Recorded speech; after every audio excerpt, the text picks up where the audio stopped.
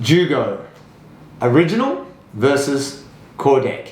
So I think it bears explaining because there's been a little bit of confusion out there that this is the original game, the OG or the beta. And that's how the game started and everybody seemed to enjoy the game. And it was explained to me that it was too simple and I knew that. And what I'd like to do in this video is just show you guys how the game has progressed for those of you who've never seen this game, and also show you the big difference in gameplay, not just the evolution in the graphics. So with the original version of JiuGo, the OG game, each player starts with 7 cards. Now in the setup on this, the coloring is slightly different because I had blue and green playing together, which is the guard and the sweeps.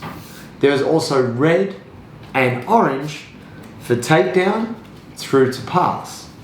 Now, in the same way, they both play to controls, which is yellow. And then from there, both sequences can play into an attack. So essentially, your success is determined by chance.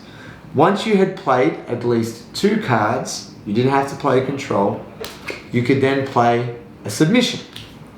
The success of the submission was determined by the roll of the dice.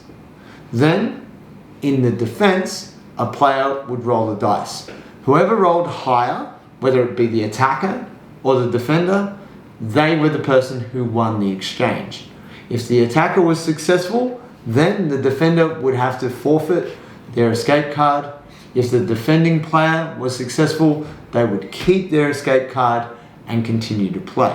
So this game, very chance-based and not entirely accurate to Jiu-Jitsu. Big difference. So in revision, when I was looking at this and like, how can I make this game more strategic? How can I make it better? The same is true of Jiu-Jitsu, that there are certain movements that actually play in sequence. These movements lead to better controls and superior attacks. So I was trying to think to myself, how can I represent this? So I thought about the idea of suits from cards. So if we think about hearts, spades, clubs, diamonds, how could I come up with my own version of that? So the flow icons is my solution to that problem. Now the flow icons can be found in the top left or the bottom left or the top right of each card. So if we look here, we have this plays from a guard sequence. In the bottom left is the appropriate symbol. That's actually a sweep. Now, if we go to a specific card for takedown, which is here, we have the foot sweep. The flow icon is in the upper right. Now, this is not an accident, guys. Takedowns are played from top. That's why the icons are on top. Guard is played from the bottom. That's why the icon is on the bottom. It is red v blue. They don't actually play together. You can't play a guard against the guard. You can't play a takedown against a takedown because that's actually physically not how Jiu-Jitsu works. But here's the difference.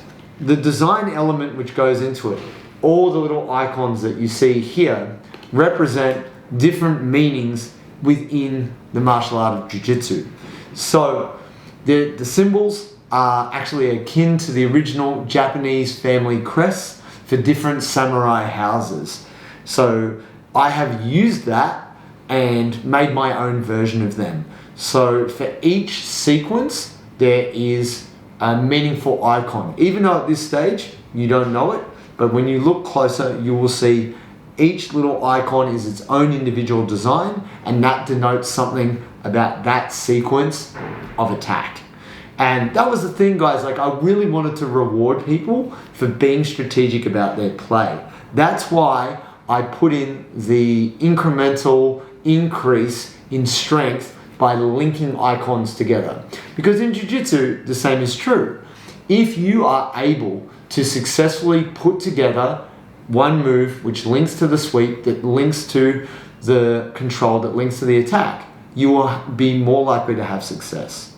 That's why your attack gets stronger by playing the sequence.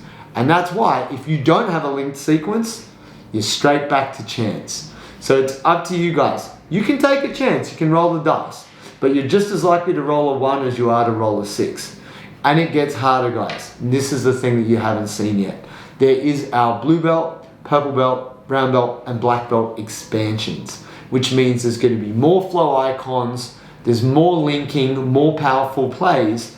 You don't want to rely on a lowly little 6, especially if you've got a 15 strength, 20 strength attack. That's where the strategy comes in, that's where the defensive element comes in, and that's where this game really expands.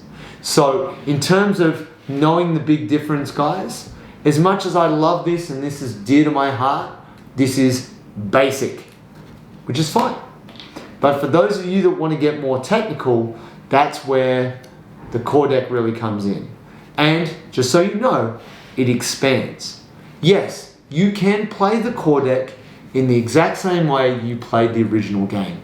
So you can keep it very basic, especially when you're teaching kids just how to link the icons together. Takedown, pass, control, submit, guard, sweep, control, submit.